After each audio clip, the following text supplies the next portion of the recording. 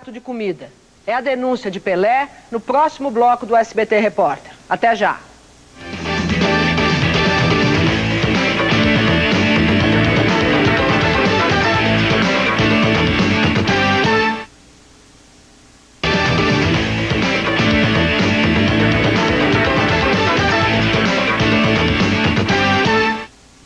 Tem jogador de futebol passando fome. Essa declaração de Pelé, o ministro extraordinário dos esportes, levanta a discussão sobre a carreira do jogador de futebol profissional. Enquanto uma minoria ganha muito bem, 70% dos jogadores não recebem mais do que R$200 de salário, 2 salários mínimos. Na reportagem que começa agora, você vai ver o esforço que os jogadores fazem por um lugar ao sol nos grandes times e uma entrevista exclusiva com o ministro Pelé. Tem jogadores que já me procuraram, que é triste falar, mas é verdade. Eles jogam pelo vale da comida da segunda-feira. Quinta-feira, 14h. O técnico Serginho Chulapa começa o treino no Jabaquara, time profissional da cidade de Santos, no litoral paulista. O Jabaquara disputa a 4ª divisão do Campeonato Estadual de Futebol. Este é Davi, o melhor jogador do time. Joga no meio-campo. Tem 26 anos e ganha R$400 por mês. Davi diz que está na melhor fase de sua carreira, jogando bem e marcando gols, mas não consegue viver só com o que ganha do futebol. Por isso, trabalha como instrutor em uma autoescola em São Vicente, cidade vizinha de Santos. Por R$200 de salário, ensina pessoas a dirigir motocicletas. Davi mora com os pais e mais 4 irmãos nesta pequena casa. Eu pretendo dar uma tranquilidade maior à minha família, amanhã casar, ter filhos, né? Sou noivo. E o futebol, realmente, para quem sobe um pouco, dá para se estabilizar um pouco em termos de financeiramente, né? E o meu intuito é esse.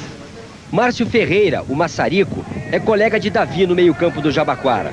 É mais velho, tem 32 anos e logo vai ter que parar de jogar profissionalmente. Se vivesse só do futebol, maçarico estaria muito mal.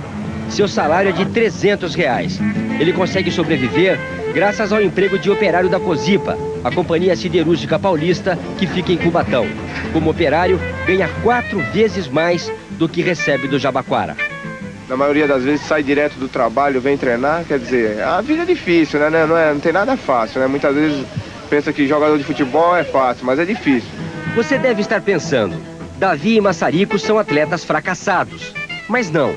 Se formos ver a situação dos 17 mil jogadores profissionais brasileiros, eles até que ganham bem. A CBF, Confederação Brasileira de Futebol, diz que 70% dos futebolistas brasileiros ganham menos de 2 salários mínimos, menos de R$200. Beto era como Davi e maçarico. Jogava no Dom Bosco, time pequeno e pobre do Mato Grosso. Os diretores do Dom Bosco não hesitaram quando há 2 anos o Botafogo ofereceu 50 pares novos de chuteiras para levar o jogador para o Rio de Janeiro.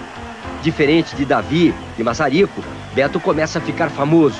Tem 20 anos de idade e foi convocado pela 7ª vez para a seleção do técnico Zagallo. É presença certa na Olimpíada de Atlanta, Estados Unidos, no ano que vem. Hoje, Beto vale R$3 milhões, ou 30 mil chuteiras. Esse negócio nunca te incomodou, Beto, de ter sido trocado por chuteira? Não, acho que eu me sinto muito orgulhoso, né, por ter acontecido isso. E sempre eu recebo umas piadinhas de jornalista, de amigos, né, até por causa da chuteira, Beto e a chuteira e tal. Lá você tinha muita dificuldade, o dinheiro era quase nada. Como é que era? Conta um pouquinho dessa história pra gente, como é que era lá. Poxa, eu tinha muita, viu? Acho que passei uma dificuldade tremenda lá, até porque eu não recebia. Aí o diretor, jogava de graça, aí o diretor que passou a me ajudar, mais por causa da minha família, né? Acho que precisava. Minha mãe era cambista de jogo de bicho, esse negócio todo, meu pai. Então não tinha como eles me dar dinheiro para todo dia eu ir treinar. Às vezes ficava até sem almoçar, às vezes sem jantar. Mas graças a Deus hoje não passo mais por isso e espero estar sempre ajudando a minha família. Se Beto continuar fazendo sucesso, vai ser como Renato Gaúcho, um milionário. Renato tem 32 anos e é o maior salário do futebol brasileiro, mais de R$120 mil. Dono do próprio passe, se valorizou ainda mais depois que marcou este gol na final do Campeonato Carioca deste ano, contra o Flamengo, e que deu o título ao seu clube, Fluminense.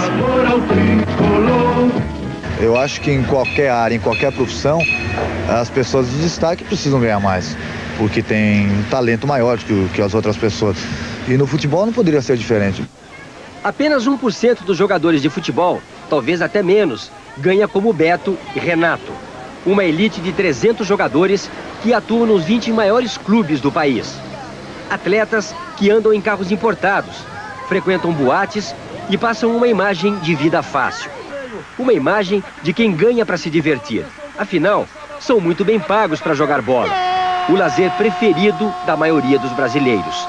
São esses poucos craques famosos que levam garotos como o Marcelo a tentar a sorte nas escolinhas de futebol. Então, quando você crescer, você vai ser mesmo jogador ou não? Vou. Você espera ganhar muito dinheiro no futebol? É lógico. Dona Maria do Carmo é mãe de Marcelo. Ela incentiva o filho. Certamente, não sabe da difícil situação da grande maioria dos jogadores brasileiros. Você está incentivando ele a jogar? Estou bastante. O que a senhora espera do futuro dele no futebol? Espero um futuro brilhante, porque ele gosta muito de bola. Marcelo aprende a jogar futebol na escolinha do ex-jogador Sócrates, craque do Corinthians e da seleção brasileira. Sócrates é médico e tem uma clínica em Ribeirão Preto, no interior de São Paulo. É uma exceção no universo dos jogadores de futebol. É diferente por ter ficado rico e famoso. E também porque é médico. Conseguiu conciliar a faculdade com os treinos do Botafogo de Ribeirão Preto. O nosso objetivo aqui não é formar um atleta excepcional. Porque isso é uma grande mentira. Daqui talvez a gente tire um em 10 anos. Talvez. Mas muito provavelmente nenhum. Quer dizer, o que nós queremos é passar uma coisa que seja positiva para eles a nível de formação pessoal. E aí que o meu exemplo entra. Quer dizer, muito mais do que a minha presença física, o meu exemplo é mais importante. Porque eu fui um cara que joguei futebol profissionalmente, me destaquei, joguei seleção brasileira, joguei 2 Copas do Mundo. Mas antes de jogar futebol a sério, eu terminei meus estudos. O SBT Repórter entrevistou o maior exemplo de sucesso no futebol. Edson Arantes do Nascimento, o Pelé, o atleta do século. Ministro dos Esportes, Pelé luta para melhorar a vida daqueles que correm atrás do sucesso no futebol. Mas que, diferente dele, fracassaram pelo caminho. O jogador de futebol não é como um trabalhador qualquer que tem a sua aposentadoria, não é? Que tem o seu seguro médico. Não tem. Teria que ter. Teria que ter. Isso é dentro da lei do trabalho, né?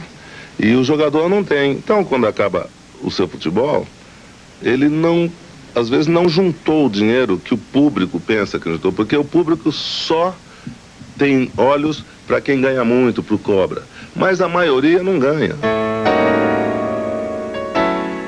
Com 35 anos, quando ele para de jogar futebol, ele está novo para a vida, mas não está preparado para o trabalho. Porque ele teve que jogar futebol desde 15, 14 anos e não se preparou. Muitos sabem ler muito mal.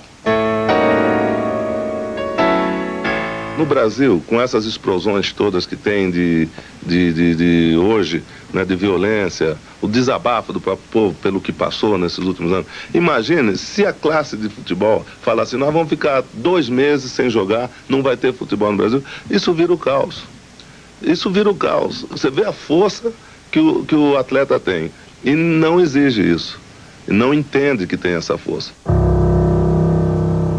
O Brasil, tetracampeão do mundo, não pode ter um esporte que escraviza os seus atletas e que não tenha nenhuma organização. No próximo bloco, as sugestões de Sócrates para resolver a situação dos jogadores e a indignação de Pelé. Até já!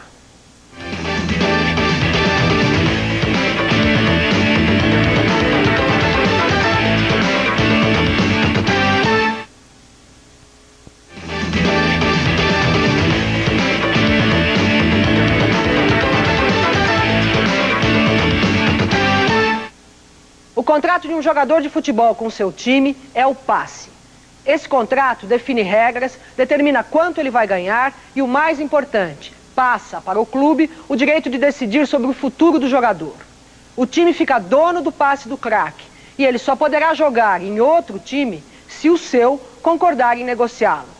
Isso está previsto na Lei do Passe, uma lei que, segundo a maior parte dos jogadores de futebol, os torna escravos do clube. Estamos em Maruim, Sergipe, a 75 quilômetros da capital Aracaju.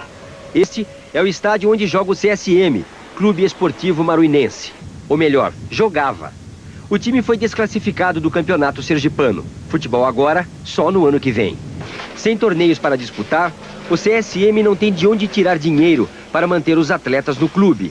Estes são os únicos jogadores da equipe que ainda estão na cidade. Os demais já foram embora. Estes profissionais só continuam aqui porque ainda não receberam do clube os 4 últimos meses de salário. Morando nesse alojamento mantido pelo CSM, esperam o dinheiro para comprar a passagem de ônibus de volta para casa. O futebol é ingrato, né? Como se diz na gíria, né? É ingrato e a gente vai vivendo ali lições, que hoje vai ser melhor, ali vai ser melhor. E quando essa melhora não chega, acho que vai chegando também a idade, a gente tem que parar, né? Quando a gente escolhe isso, a gente larga muita coisa para trás. Então, acho que agora, daqui para frente, tem que pensar, encarar essa realidade e conseguir pôr o objetivo melhor da gente, né? Este é José Edenito Ramos, o Zitinho. Ele tem 28 anos e é a grande estrela do CSM. Disparado o maior salário do clube, R$600 por mês. Mas o CSM está perdendo seu craque.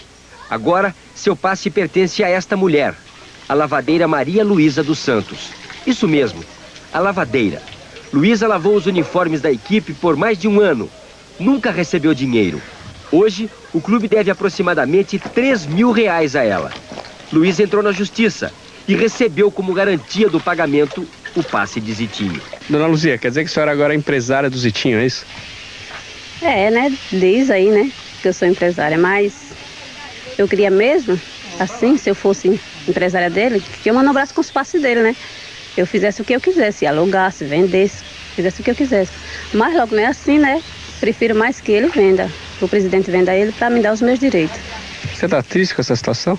Não, triste a gente fica, né? Que a gente sabe que a equipe do Maranhense não apresentou um bom campeonato este ano. E já que estamos aí com problemas de meses atrasados e tudo. Então isso a gente fica, sente, né? Na pele, a não receber e ter esses problemas com o Centro Esportivo Maranhense. Dona Luzia, lava a roupa agora do CSM e nunca mais. Deus me livre. Jamais. Com o passe preso ao clube, o jogador fica sujeito a situações como a de Zitinho. Fábio também sofre por ter o passe preso a um clube pequeno. Nasceu em Niterói, no Rio de Janeiro, e na pressa de virar profissional, aceitou a proposta de um empresário para assinar contrato com o CSM. Você está sem jogar, Fábio? Há bastante tempo. Foi depois de que eu tive essa contusão no joelho, eu tive que me operar. Aí, até agora não fiquei bom, ainda estou me recuperando, fazendo peso. Às vezes dá um desespero?